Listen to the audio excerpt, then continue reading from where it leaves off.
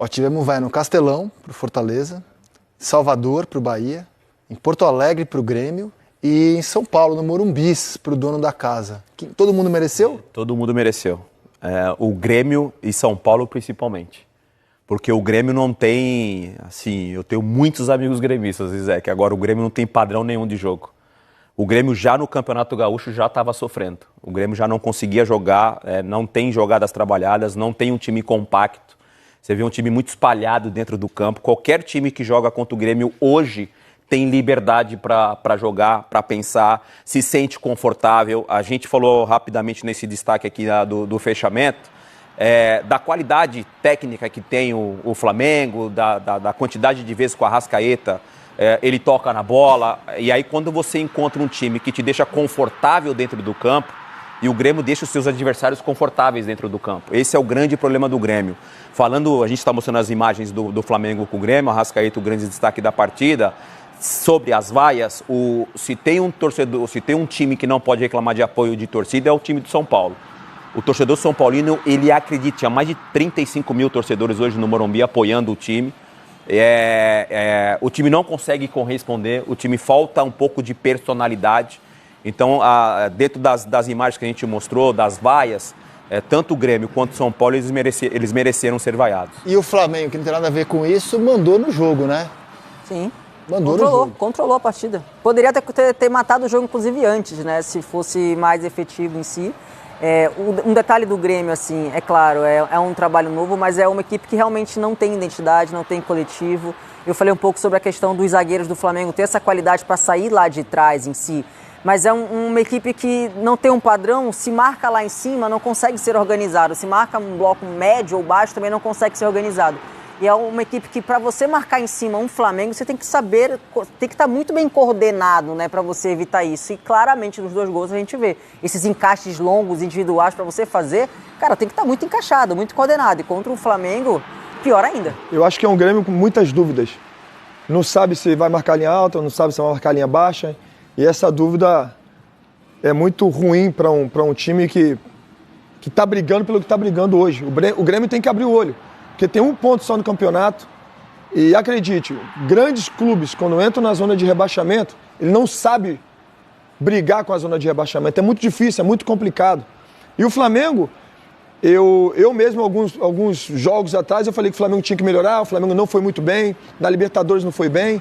Hoje a gente viu um Flamengo realmente que é o Flamengo que o torcedor espera. O Flamengo, com a volta do Arrascaeta, que tampouco vinha fazendo grandes jogos. Hoje o Arrascaeta fez um grande jogo, não só pelos 2 gols, mas voltou a ser aquele Arrascaeta que encanta, que encantou, que é o ídolo do torcedor do Flamengo. Um Flamengo com jogadores super acesos dentro de campo. O Flamengo que começava jogando mesmo fora de casa, com bola no pé, com o Léo Ortiz, com o Léo Pereira, demonstrou toda a sua arma. Então hoje realmente nós vimos os 2 clubes que estão na ponta do Campeonato Brasileiro, nós vimos o melhor deles nessa rodada, sem dúvida nenhuma. No domingo passado, só pegar o seu gancho, no domingo passado, a gente debateu bastante o Arrasca. Ele marcou um golaço contra o Vitória. A gente tava criticando ele, né? E a gente tava cornetando. Tava tocando no caroço, né? A gente tava cornetando. Gol. Mas assim, a nossa corneta era física, né, cara? Ninguém duvida do talento do uruguaio.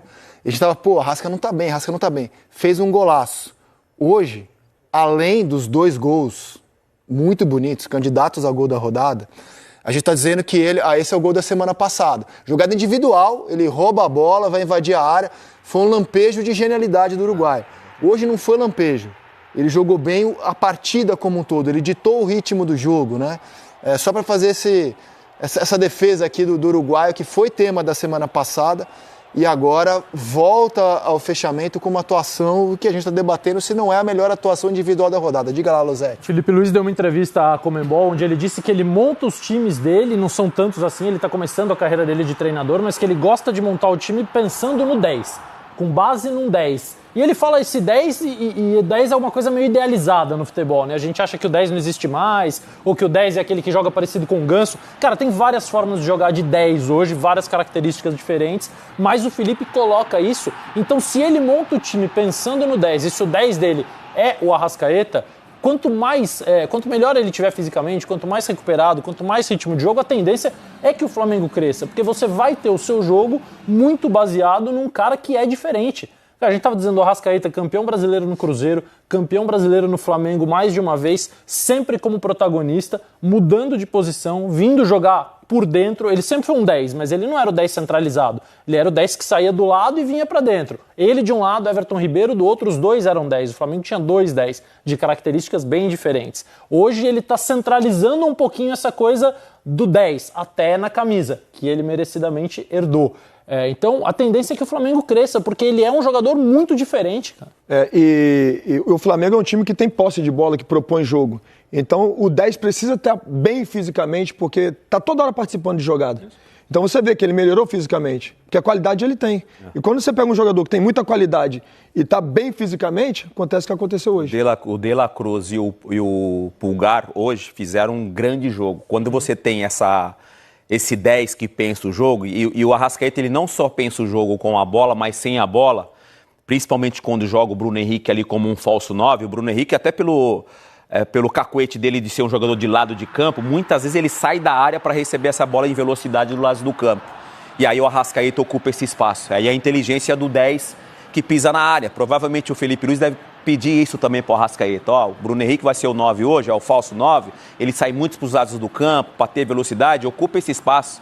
No jogo, e esse gol é um exemplo disso, mas no jogo de hoje contra o Grêmio, várias vezes ele estava pisando na área no lugar do Bruno Henrique. E aí, Denilson, você está falando de 2 jogadores que jogam há 6 anos juntos. Isso era raro no futebol brasileiro. Desse nível ainda por cima, era muito difícil a gente ver num time de ponta. 6 anos juntos, cara. E o treinador estava com eles, né?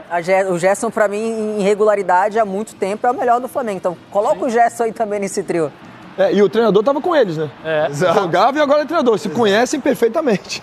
Cara, o Maestro Júnior, hoje na transmissão da Globo, fez um comentário assim que o Flamengo, às vezes, para quem viu o jogo, parecia que o Flamengo estava indo para trás. Ele falou, isso é método, isso é tática. O Flamengo está indo para trás para atrair o Grêmio e matar o Grêmio no contra-ataque. Os 2 gols são assim, né? Os 2 gols. Os 2 gols são assim. O Edenilson ajuda ali, né? O primeiro gol do Arrascaeta, o Edenilson ajuda, que ele tenta cortar o passe ali. Aí o Arrascaeta, obviamente, inteligente. Mas no conceito, né? O Flamengo tá ali atrás, atraindo o Grêmio e, de repente, matou o Grêmio no contra-ataque. Dentro dessa estratégia de trazer o time pro seu campo defensivo e ter mais espaço, até porque Michael tem a velocidade, Bruno Henrique tem a velocidade e tem essa presença diária do Arrascaeta. E esse era um dos grandes problemas do Grêmio já com o Renato. Quando o Grêmio vai pressionar, não é um time compacto. A linha de defesa muitas vezes fica muito longe dos outros setores. Então o Flamengo sabe que atraindo uma primeira marcação ele vai ter o espaço entre os setores para acelerar o jogo. Você falando isso parecia a seleção brasileira contra a seleção da Argentina em Buenos Aires. Nossa, eu fechei o olho aqui, eu lembrei disso agora. Marcação-pressão da seleção brasileira. Você viu que lembrar de coisas aquela marcação-pressão da seleção? Não foi tão ruim assim. Nossa. Vamos dar uma nota pro Arrasca, já que a gente está debatendo o Arrasca como destaque do jogo. Vamos dar uma nota, assim, de 0 a 10, Felipe. Que nota você daria para a atuação do Uruguai hoje? Ainda falta muito para ele chegar àquele nível que a gente viu, que eu creio que se tiver continuar dessa maneira vai chegar. Então eu vou dar um 7 para ele hoje. 7. Aline? O cara fez 2 gols, né? 2 gols, o mais importante é o gol. É claro que ele não é o jogador que a gente viu no seu melhor momento. Acho difícil ser, até pelas questões físicas. Para mim, merece um 9. 9. 2 gols. Para hoje, especificamente, só hoje, 8,5. 8,5. Sua nota. Felipe, tamo junto, hein, mano? Vamos de 7, pai. É um jogador muito acima da média. Vamos de 7. O 7 porque é muito acima da média. Gosto de exigência, sim. Se ele tivesse no ápice da forma física dele... Pensa hoje, mas pensa, olha só, hoje ele jogou bem. Sim. Meteu 2 gols. Por isso, 7. Tá chato. 7. Tá bom. Eu vou dar 8, então, pro Arrasca. Cada um deu uma nota... Pois é, que ainda bem que era a gente que dava nota pra eles e não eles pra gente. Senão a gente ia no máximo. Poxa, Felipe, ele guardou 2, mas ele se movimentou. Vou dar 8, então, pro Arrasca. Mais um gol.